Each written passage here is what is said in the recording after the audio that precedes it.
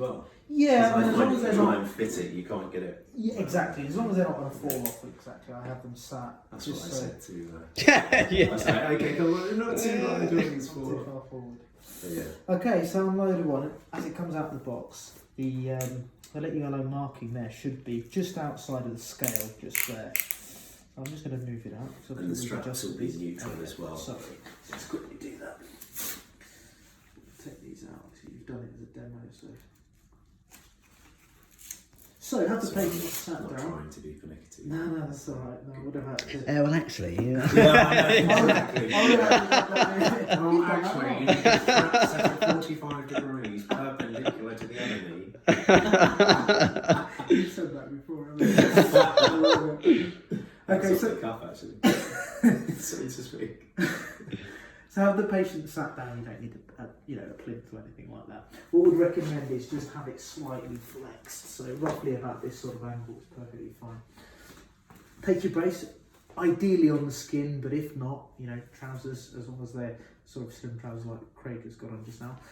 Make sure you've got the correct sole, so we've got a right leg, it's medial compartment osteoarthritis, the hinge will always sit on the affected side. Unbuckle, so there's 2 clips above and below, so open these up.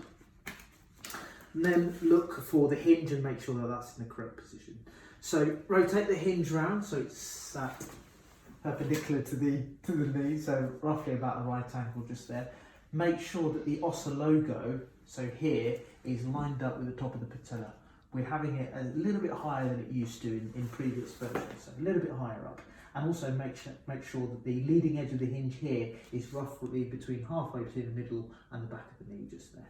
So the bottom aspect of the OSA logo, that's the bit that's level with the ossa logo is lined up with the top of the patella as a whole. Yes. Right. So Okay. if you feel the hinge there, it's kind of pushes out, so it protrudes out just a little bit there. So you want to feel right. Okay. at the top of the patella. Yeah.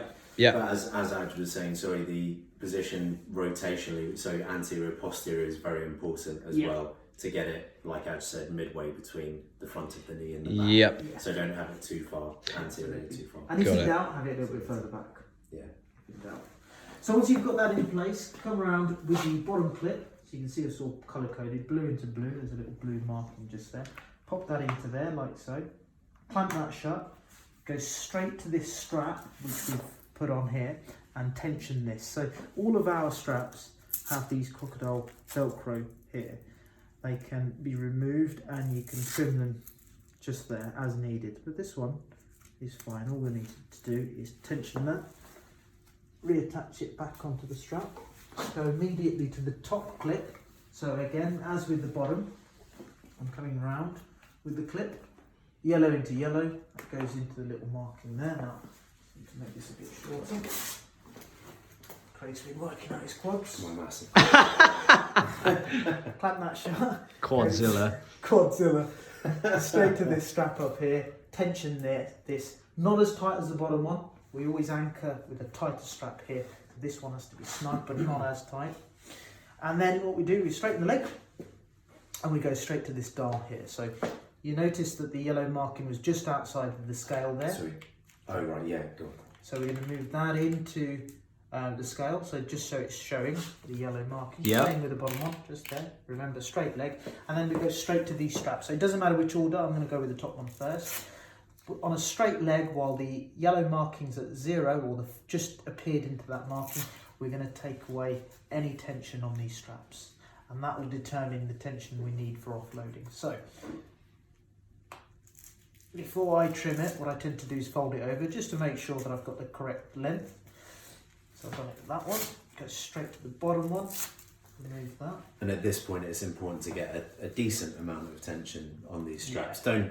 Don't hoik it as much as you can, but just sort of a neutral amount of tension. Absolutely. Just so that then anything you do with the bow is starting to provide tension and offloading.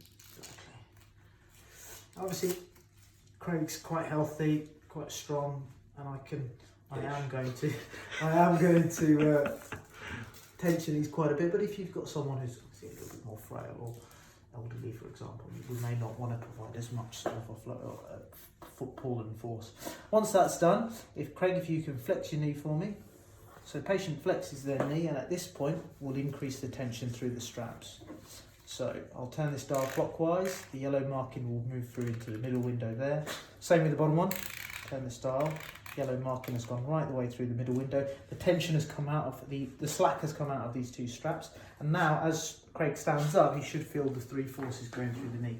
So as he stands, we've got a force going in from the straps here, and then we have opposing forces above and below the hinge here, providing the offloading on the medial compartment just there.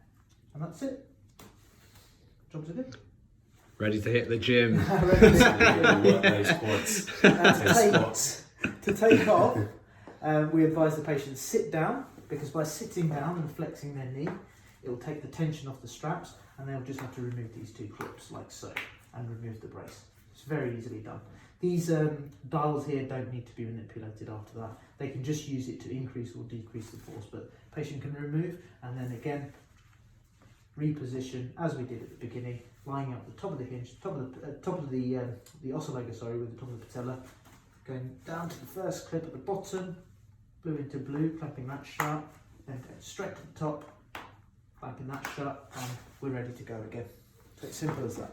Just something that's important to point out that was happening with Gita was that when the leg's in full extension, that should be fully extended. Yeah. Okay. With Gita, what we were finding was because that upper cuff was too far down, you're finding that in full extension that was still flexed, hinge, and this was flaring out, and this was flaring out, and that's because this upper cuff needs to come up the leg. Okay, so that when I'm in full extension. Back. And this is something that we're trying to advise in our fitting videos, aren't we? Yeah. Because quite often, if we compare it to the original unloader, the hinge was a little bit further forward, but it didn't allow it. With the new one, we do make sure that hinge is pushed a little bit further back. So right round on the medial side, so when I'm facing forwards, it should be 90 degrees. Yeah. That's my left, basically. Got it. Yeah. Okay. Yeah. And equally, if it was a lateral, it would be 90 degrees out to my right hand side where the hinge is. Okay. And you were saying the measurements required of the 15 centimeters below the top of the patella, the calf circumference, and then the person's height. Well, no, you don't have. Sorry, yeah, you don't. Yeah, it's 15 centimeters below. So yeah, find mid patella, and then it's 15 from mid patella. Yeah. Yeah, from mid patella, 15 centimeters down, and then circumference of the calf. Yeah. Yeah, and then the so the height measurement is 5'3" is the milestone. Anything above that is a standard height unloader. Anything below is a short version. Yeah. So yeah. Okay. Yeah. Cool.